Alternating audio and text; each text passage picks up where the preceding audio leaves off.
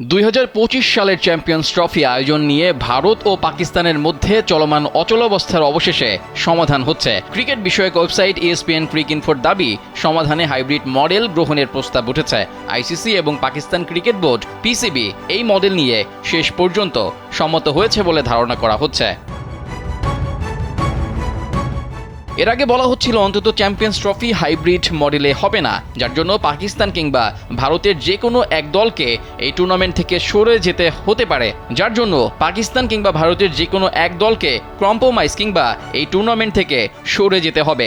যেহেতু দুই দেশই তাদের অবস্থান থেকে অনড়, তবে ক্রিকেটে পাকিস্তান কিংবা ভারত সরে যাওয়া মানে টুর্নামেন্টের গ্ল্যামার হারানো। তাই তো অবশেষে সেই একই পথে হাঁটতে হচ্ছে টুর্নামেন্টকে।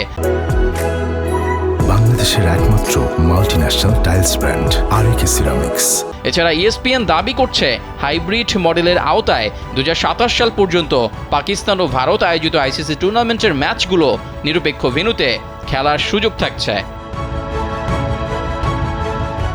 তবে এই প্রস্তাব সম্পর্কে এখনও আনুষ্ঠানিকভাবে মন্তব্য করেনি PCB। তারা জানিয়েছে আলোচনা চলছে।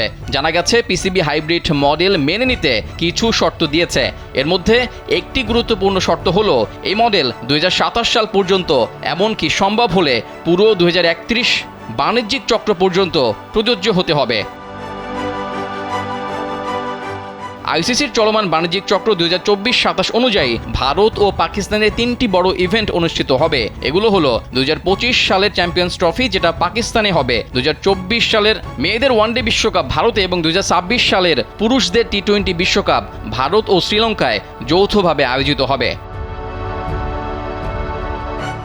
PCB আরও শর্ত দিয়েছে যে ভারতের ম্যাচগুলো নিরপেক্ষ ভেন্যুতে হওয়ার কারণে বাণিজ্যিক ক্ষতি হলে ক্ষতিপূরণ দিতে হবে। যদি ভারত সেমিফাইনাল বা ফাইনালে পৌঁছে, তবে সেই ম্যাচগুলো নিরপেক্ষ ভেন্যুতে সম্ভবত সংযুক্ত আরব আমিরাত বা শ্রীলঙ্কায় অনুষ্ঠিত হতে পারে। PCB ক্ষতিপূরণের জন্য ভারত, পাকিস্তান এবং অন্য কোনো দলের মধ্যে ত্রিদেশীয় সিরিজ আয়োজনের প্রস্তাব দিয়েছে।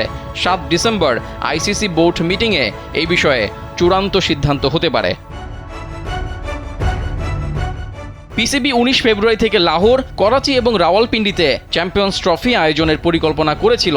তবে BCCI জানিয়েছে ভারত সরকারের অনুমতি না দেওয়ায় তারা পাকিস্তানে যেতে পারবে না। এ কারণে এখনও টুর্নামেন্টের সূচি প্রকাশ করতে পারেনি আইসিসি। এই প্রস্তাব যদি বাস্তবায়িত হয়, তবে এটি ভারত পাকিস্তানের মধ্যে চলমান ক্রিকেটীয় দ্বন্দ্ব নিরসনে একটি বড় পদক্ষেপ হিসেবে বিবেচিত হবে। রেজাউল করিম, কালবেলা। We love each other. We are buddies. There we go.